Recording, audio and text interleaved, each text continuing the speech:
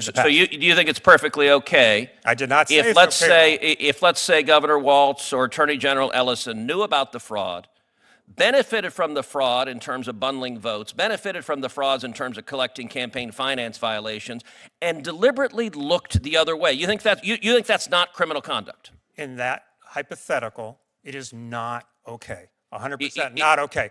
But also, if you'll permit me, that hypothetical is in fact happening throughout. Okay, yes, I get it. You dislike Trump. I understand you dislike Trump, sir. It is whether I have a standard of accountability. So let me sir, please do not interrupt me. Please do not. Being clear. Please do not interrupt me.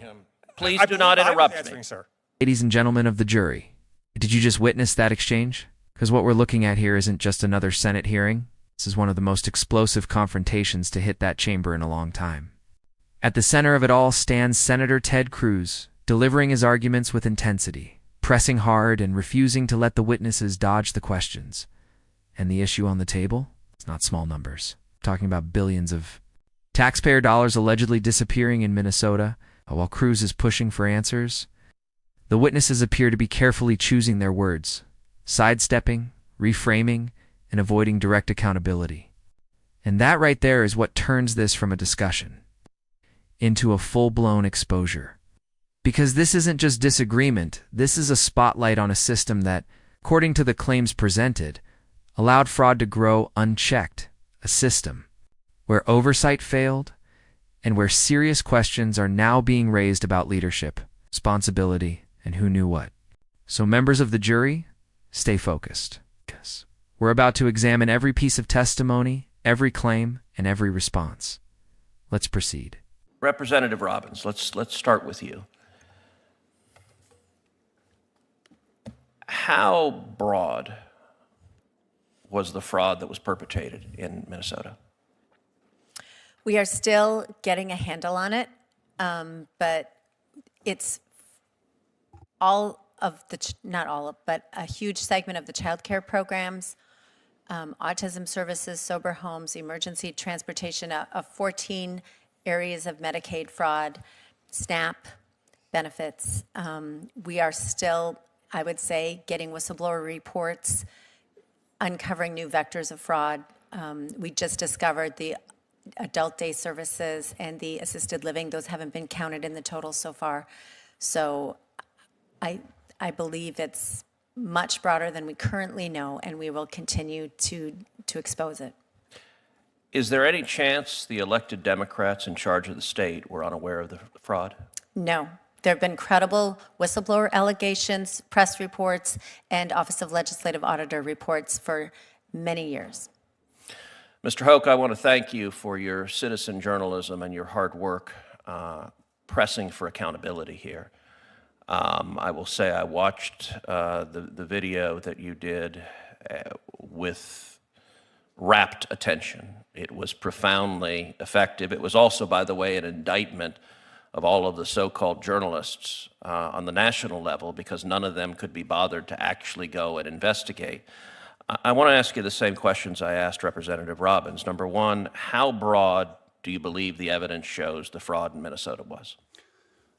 It's easily in excess of $30 billion when you take everything into account. You've got all of these NGOs, you've got nonprofits, you've got county money, you've got city money, you've got CCAP money, you've got another thing called Great Start.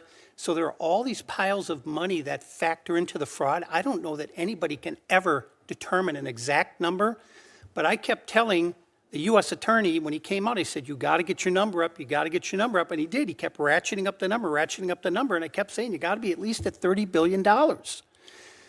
So going back to whether Governor Walz knew about it, Governor Walz admitted knowing about the fraud early in his first term, which would say 2020.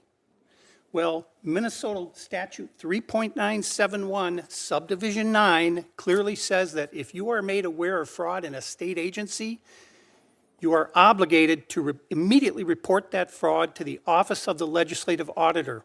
Immediately. The Legislative Auditor is then the body that determines which law enforcement agency to bring into the investigation. Governor Walz did not contact the Office of the Legislative Auditor. He said he contacted the FBI about what? That's not what the law says. How many organizations receiving taxpayer funds did you visit in total? How many How many organizations or ostensible organizations? companies? 200.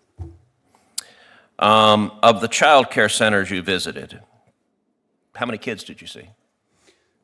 The only place that I saw children was at KinderCare and New Horizons, which are, in my opinion, legitimate. They're large scale. They have play areas. And they also receive CCAP money, but they're the only places that I saw where there were children present, ever, at any of them. How about the autism centers? Did you see children? Did you see patients there? Never. So that's not to say there weren't any, but there were never there. There were never any there. When I was there, never any footprints in the snow. Same thing. Mr. Weissman, you're co-president of Public Citizen, which describes itself as a consumer advocate and a pro-democracy organization.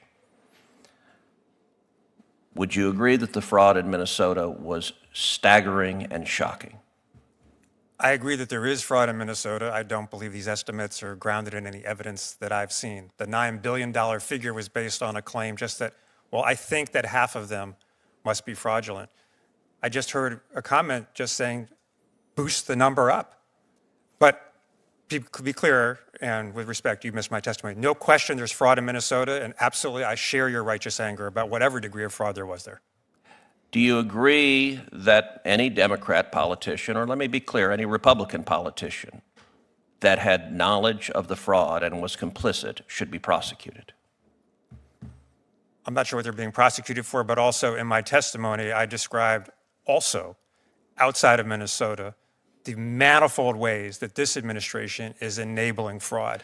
Look, I understand. Oh, and the reason, hold on. The standard is that you want Sir, to prosecute I'm going to people. ask a question, and then you can answer it. Yes, sir. Your organization describes itself as a pro-democracy organization. I'm going to try to find out if you actually are pro-democracy or if you're simply pro-Democrat and are a partisan.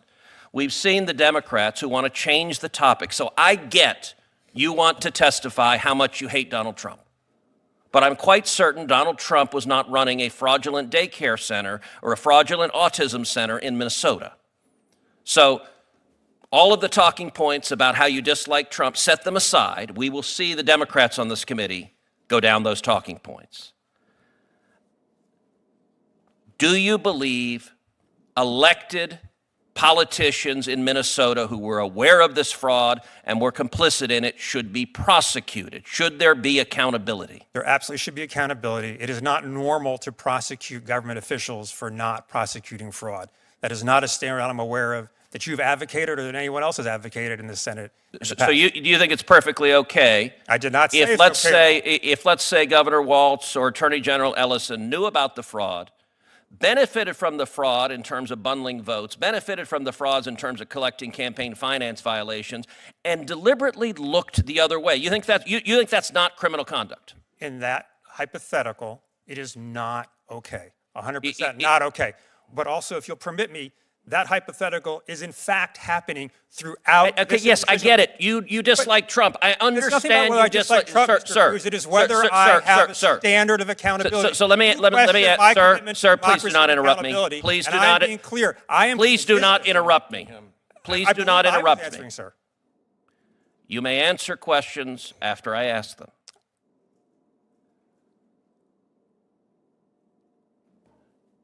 You've heard the evidence and testimony about daycare centers with no children, with no toys, with no facilities, with windows that are blacked out. Do you believe it is possible that the officials sending millions of dollars to those fake daycare centers and fake autism centers didn't know what was going on? Well, what I heard was claims about that, and I too have watched the video. We're both parents. I'm glad that the child care centers don't open their door for someone who's knocking there. I don't view that as evidence that the child care centers are fake child care centers, although I'm sure there are some. My understanding is that state investigators have gone to do their duty at those exact same child centers and have found that most of them actually are operating correctly. Well, I will say it is disappointing that you had a chance leading a nonprofit that is supposedly pro-democracy, to take a principled stand.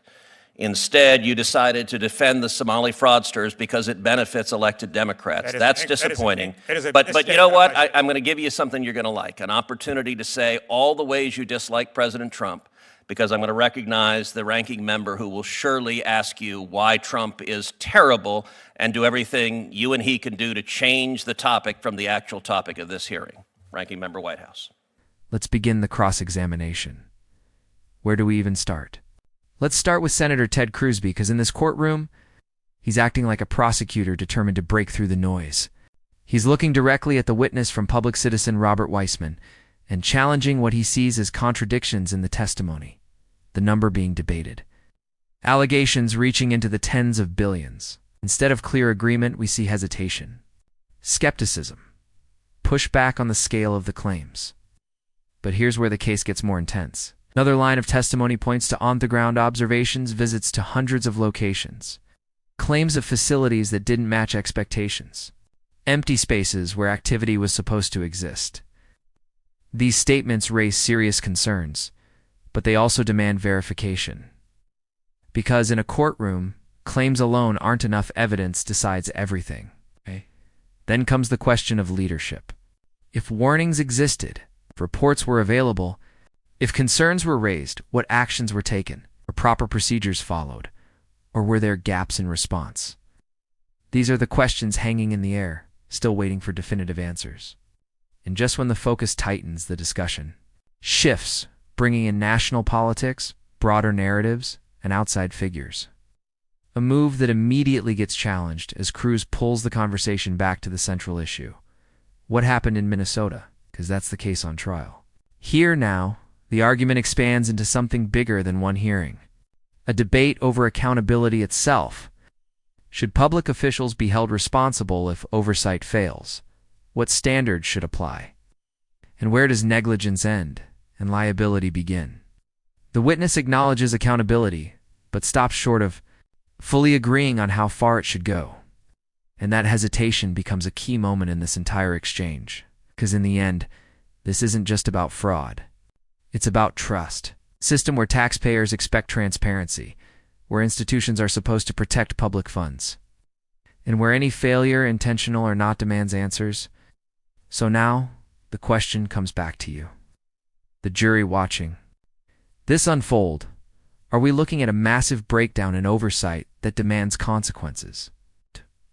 Or a complex situation where the full truth is still being uncovered? The hearing may be over, but the verdict is still out.